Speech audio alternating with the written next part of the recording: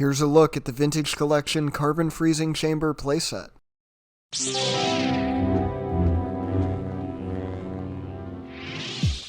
This playset was released in 2020 to coincide with the 40th anniversary of The Empire Strikes Back. It's a cool release, but it's a shame that the line didn't get more releases for that anniversary. As cool as this playset is, it really isn't enough to celebrate the 40th anniversary of what's often considered the best Star Wars movie. We've seen new TVC releases of a lot of the characters from this set in the time since this set has come out, but it's a shame that these weren't released in 2020 for the anniversary. The line really could have used some more things than just this playset. Still, finally having a definitive playset of this scene is great. It's an awesome scene in the movie and a really amazing set piece. The box shows off multiple great angles and setups that you can have on this thing, but again, this did come out before many of the new definitive figures came out in TVC, like Lando and Lobot, so you'll see that on the box the older versions of these figures are used, and those ones are really starting to show their age. Again, it's a shame that these figures weren't available at the same time as the set, since the whole point of sets like these is to set it up with all the characters. The set did at least include a Stormtrooper and a Han in Carbonite, so you can use that to populate the set a little bit.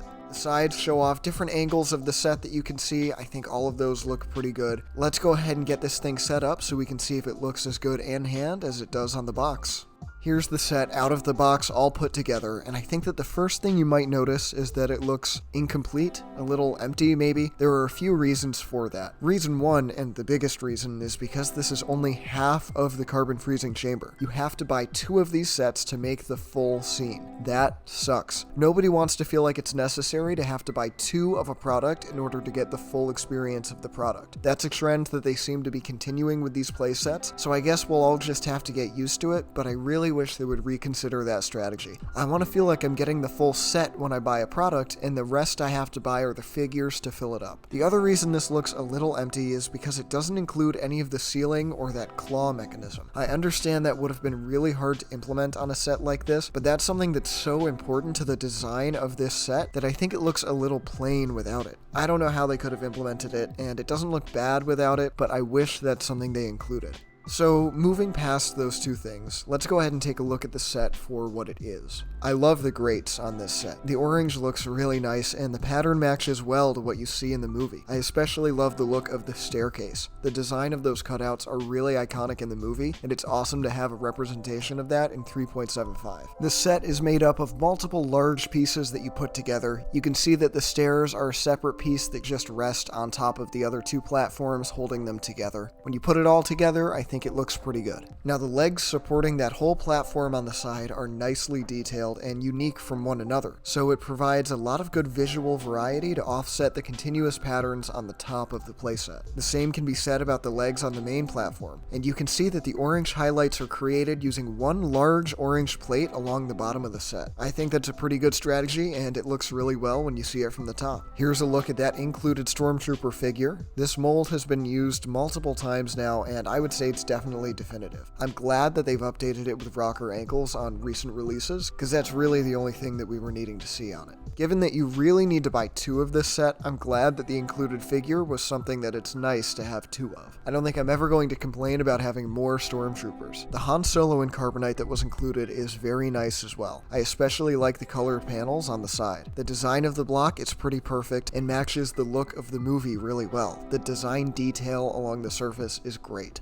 Now, while the set looks okay like this, it's really meant to be seen with 2 sets combined with a lighting setup and all the figures on it. So let's go ahead and set that up and see how that looks. Here's the set with all the figures and lighting setup, and it looks fantastic. Again, it's a shame that you need to get 2 of these, but when you put everything together like this, it really looks great. In the center, you can place down a Han figure. This is one I got from that Jabba's Palace playset, and you can lower him down into the pit to be frozen. Then you can swap that out for the block and raise it back up, and I think that whole function looks pretty great.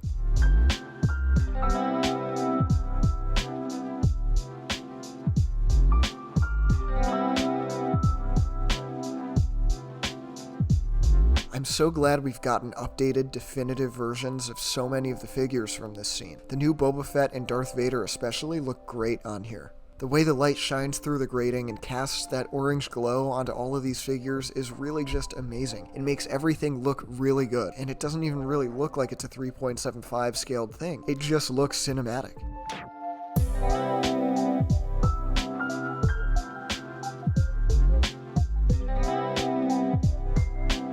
Seeing the set like this just wipes away any complaints I may have about it. Not that those complaints aren't valid anymore, but it's not what I'm going to be thinking about when I see a set like this. And it's truly amazing if you can set it up with this lighting and get all these figures on here. For another look at this set, other playsets, vehicles, and figures from across the Star Wars lines, be sure to check out the Jedi Collector on Instagram. Link will be in the description.